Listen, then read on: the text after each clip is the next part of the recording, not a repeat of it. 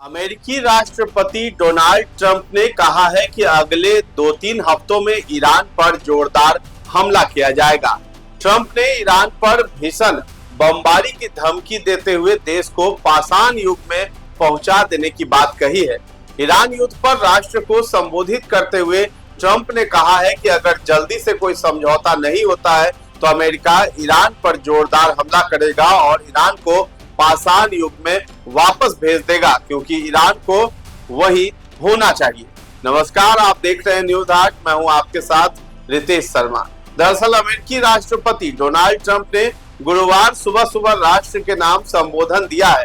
उन्होंने दावा किया है कि अमेरिका को ईरान जंग में जीत मिल गई है। साथ ही चेतावनी दी है कि अमेरिका 2 से 3 हफ्ते में ईरान पर बड़ा हमला करेगा। ट्रंप ने आगे कहा है कि ईरान की मिसाइल ड्रोन क्षमता और नौसेना खत्म हो गई है। सैन्य ताकत काफी कमजोर हो गई है। इस सैन्य अभियान का अहम मकसद पूरा होने वाला है।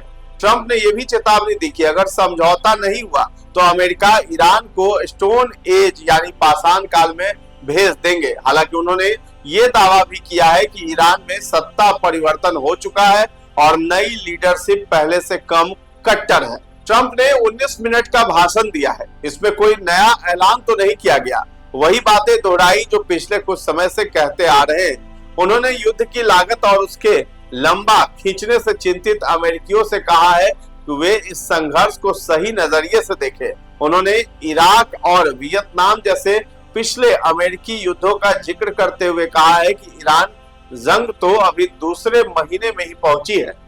ट्रंप ने ईरान से युद्ध खत्म करने के लिए बातचीत की मांग की है, जबकि एक दिन पहले ही उन्होंने कहा था कि उन्हें समझौते की जरूरत नहीं है। उन्होंने हॉर्मुज स्ट्रेट संकट को लेकर कहा कि इसकी सुरक्षा की जिम्मेदारी दूसरे देशों को लेनी चाहिए। हालांकि एक दिन पहले ही उन्होंने कहा था कि हॉर्मुज खोले बिना कोई समझौता नहीं होगा। डोनाल्ड ट्रंप ने संबोधन के दौरान दावा किया है कि ईरान की सैन्य क्षमता तकरीबन खत्म हो चुकी है और अधिकांश नेता मारे जा चुके हैं। उन्होंने कहा है कि ईरान की मिसाइल लॉन्च करने की क्षमता में काफी कमी आई है और उसके मुख्य रक्षा कारखाने और बुनियादी ढांचा खत्म हो चुका है। ट्रंप ने अपने संबोधन में कोई निर्णायक बात नहीं की है। सीज फायर, नाटो या हॉर्मुज पर उन्होंने कुछ भी साफ साफ नहीं कहा है। अब इसको लेकर के अमेरिकी सांसद यास्मीन अंसारी ने ईरान को लेकर राष्ट्रपति ट्रंप के स्टोन एज वाले बयान की कड़ी आलोचना की है। ट्रंप ने अपने भाषण में कहा था कि अमेरिका ईरान को फिर से स्टोन एज यानी पाषाण युग में पहुंचा सकता है। इसके जवाब में अंसारी ने सोशल मीडिया प्लेटफॉर्म एक्स पर लिखा है कि वो 9 करोड़ लोगों वाले देश की बात कर रहे हैं। ये घृणित, डरावना और गलत है। यास्मीन अंसारी अमेरिका में एरिजोना से प्रतिनिधित्व करने वाली पहली डेमोक्रेटिक सांसद हैं जिनकी जड़ें ईरान से जुड़ी हैं। अमेरिका के बगदाद स्थित दूतावास ने एक बड़ा सुरक्षा अलर्ट भी जारी किया है। इसमें कहा गया है कि ईरान से जुड़े मिलिशिया ग्रुप अगले 24 से 48 घंटों के अंदर बगदाद के सेंट्रल इलाके में हमले कर सकते हैं। दूतावास ने खास तौर पर अमेरिकी नागरिकों को चेतावनी दी है कि वे तुरंत इराक छोड़ दें, क्योंकि हालात तेजी से खराब हो सकते हैं। अब ये चेतावनी ऐसे समय पर आई है जब अमेरिका और ईरान के बीच चल रही जंग का असर इराक तक फैल चुका है। ईरान समर्थित मिलिशिया पहले भी इराक में अमेरिकी ठिकानों, दूतावास और दूसरे ठिकानों को निशाना बना चुके हैं और अब नए हमलों का खतरा फिर से बढ़ गया है। डोनाल्ड ट्रंप के ईरान पर हमले जारी रखने के बयान के बाद चीन और हांगकांग के शेयर बाजारों में गिरावट दर्ज की गई है। युद्ध लंबा खींचने की आशंका से निवेशकों का भरोसा कमजोर पड़ा है। ट्रंप ने कहा है कि अमेरिका अगले 2 से 3 हफ्तों तक ईरान पर कड़े हमले जारी रखेगा, जिससे बाजार में अनिश्चितता बढ़ गई है। इसका असर पूरे एशियाई बाजारों पर पड़ा है, जहां जापान और दक्षिण कोरिया के शेयर बाजार भी गिरावट में रहे। तेल की कीमतों में तेजी और युद्ध के बढ़ते खतरे ने निवेशकों की चिंता और भी बढ़ा दी है। अमेरिकी राष्ट्रपति डोनाल्ड ट्रंप ने ईरान युद्ध की शुरुआत में 5 बड़े टारगेट तय किए थे। 1 महीने से ज्यादा समय बाद इनमें कुछ पर प्रगति दिखाई दे रही है, लेकिन कई अहम मोर्चों पर टारगेट अभी अधूरे हैं। पहला है मिसाइल और ड्रोन क्षमता खत्म करने का टारगेट। अमेरिका और इजराइल ने ईरान के कई मिसाइल ठिकानों और फैक्ट्रियों को तबाह किया है, लेकिन ईरान अभी भी मिसाइल और ड्रोन हमले कर रहा है, यानी ये टारगेट पूरी तरह हासिल अभी नहीं हुआ है। दूसरा है नौसेना खत्म करने का दावा। ईरान की नौसेना को भारी नुकसान पहुंचा है और कई जहाज तबाह हुए हैं। हालांकि पूरी तरह खत्म होने का दावा अभी भी सवालों के घेरे में है। तीसरा है प्रॉक्सी मिलिशिया को खत्म करना। ट्रंप का टारगेट था कि ईरान समर्थित समूहों को कमजोर किया जाए। हकीकत है इराक और लेबनान में मिलिशिया अब भी सक्रिय हैं और हमले कर रहे हैं। चौथा है परमाणु कार्यक्रम रोकना। अमेरिका ने ईरान के न्यूक्लियर ठिकानों पर हमले किए, लेकिन रिपोर्ट्स के मुताबिक ईरान के पास अभी भी उच्च स्तर का यूरेनियम मौजूद है, यानी परमाणु खतरा पूरी तरह खत्म नहीं हुआ है। पांचवा है सत्ता परिवर्तन यानी रिजीम चेंज। ट्रंप ने ईरान में सत्ता परिवर्तन की बात कही थी। हकीकत यह है कि मौजूदा शासन अभी भी कायम है और नई लीडरशिप भी सख्त रुख वाली मानी जा रही है। ट्रंप के संबोधन के बाद जो है कच्चे तेल की कीमतों में तेजी भी देखी गई है। ट्रंप ने चेतावनी दी है कि आने वाले हफ्तों में अमेरिका ईरान पर हमले और तेज कर सकता है। उन्होंने ईरान के बिजली संयंत्रों और तेल कारोबार को निशाना बनाने की धमकी दोहराई थी। बाजार को उम्मीद थी कि ट्रंप के भाषण से तनाव कम होने के संकेत मिलेंगे, लेकिन इसके उलट ट्रंप ने मिडिल ईस्ट के तेल पर निर्भर देशों से कहा है कि वे खुद ही होर्मुज संकट को संभालें और फिलहाल अमेरिकी तेल खरीदें।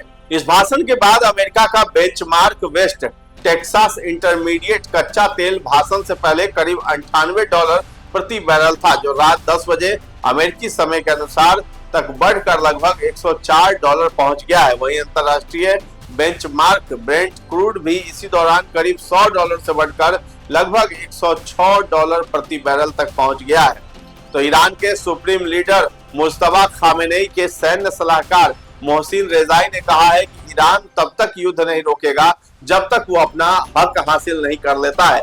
रेजाई ने कहा है कि जब तक हम दुश्मन को पछताने पर मजबूर नहीं कर देते और अपने पक्के अधिकार हासिल नहीं कर लेते हैं, तब तक हम पीछे नहीं हटेंगे। उन्होंने ये भी कहा है कि युद्ध कब खत्म होगा ये फैसला सुप्रीम लीडर और ईरान की जनता पर निर्भर करेगा। साथ ही उन्होंने अमेरिका को चेतावनी दी है कि वो ये न सोचे कि वो जब चाहे इस क्षेत्र से निकल सकता है। ब्रिटेन 35 देशों की बैठक बुला रहा है, जिसमें अमेरिका शामिल नहीं होगा। इस बैठक का मकसद होर्मुज स्ट्रेट को फिर से खोलने के रास्ते तलाशना है। यह तेल और गैस की सप्लाई के लिए बहुत जरूरी समुद्री रास्ता है, जिसे ईरान ने बंद कर दिया है। पीएम कीर स्टारमर ने कहा है कि इस मुद्दे पर ब्रिटेन और फ्रांस मिलकर जो कोशिश कर रहे हैं, उनका अगला चरण गुरुवार को शुरू होगा। इस बैठक में विदेश मंत्री यवेट कूपर और अन्य कई अन्य देशों के नेता भी शामिल होंगे। स्टारमर ने कहा है कि इस बैठक में 35 देश मिलकर ये तय करेंगे कि कौन कौन से कूटनीतिक और राजनीतिक कदम उठाए जा सकते हैं ताकि समुद्री रास्ते को फिर से खोला जा सके, फंसे हुए जहाजों और नाविकों की सुरक्षा सुनिश्चित की जा सके और जरूरी सामानों की आवाजाही फिर से शुरू हो सके। बता दें कि 11वीं से 14वीं सदी में होर्मुज द्वीप वैश्विक व्यापार का प्रमुख केंद्र था, जहां से एशिया यूरोप व्यापार चलता था। समुद्री मार्गों की खोज के बाद पुर्तगाली और फिर ब्रिटिश शक्तियों ने यहाँ नियंत्रण स्थापित किया। आज भी स्ट्रेट ऑफ होर्मुज रणनीतिक और आर्थिक रूप से बेहद महत्वपूर्ण है, जहां से तेल, एलएनजी और भारत का बड़ा विदेशी व्यापार गुजरता है। स्ट्रेट ऑफ होर्मुज के पास स्थित यह द्वीप व्यापारियों और साम्राज्यों के लिए सोने की खान जैसा था। अरब, फारसी, चीनी और भारतीय व्यापारी यहीं से अपने मसाले, सूती कपड़े, नील, चावल और चीनी वगैरह फारस, मेसोपोटामिया, तुर्की और यूरोप तक बेचते हैं। कुछ व्यापारियों ने यहाँ बसने के लिए स्थानीय लोगों से शादी भी की थी। उन्होंने अपनी भाषा, रीति रिवाज और खाने पीने की चीजें द्वीप की संस्कृति में शामिल कर दी। वहीं से वे फारसी घोड़े, मोती, खजूर और चीनी रेशम लेकर भारत लौटते और बड़ा मुनाफा कमाते थे। तो स्ट्रेट ऑफ होर्मुज का महत्व आज भी कम नहीं हुआ है। पश्चिम एशिया के मौजूदा संघर्ष में दुनिया की नजरें इस पर टिकी हैं। अमेरिका की मंशा इसे स्वतंत्र समुद्री गलियारा घोषित करने की है ताकि हर देश का जहाज यहाँ से सुरक्षित गुजर सके। ईरान हमेशा कहता रहा है कि ये उसका पानी है। स्ट्रेट ऑफ होर्मुज का राजनीति के अलावा आर्थिक महत्व भी है। भारत का करीब 16% विदेशी व्यापार इसी रास्ते से होता है। क्रूड ऑयल और करीब आधी एलएनजी यहीं से होकर आती है।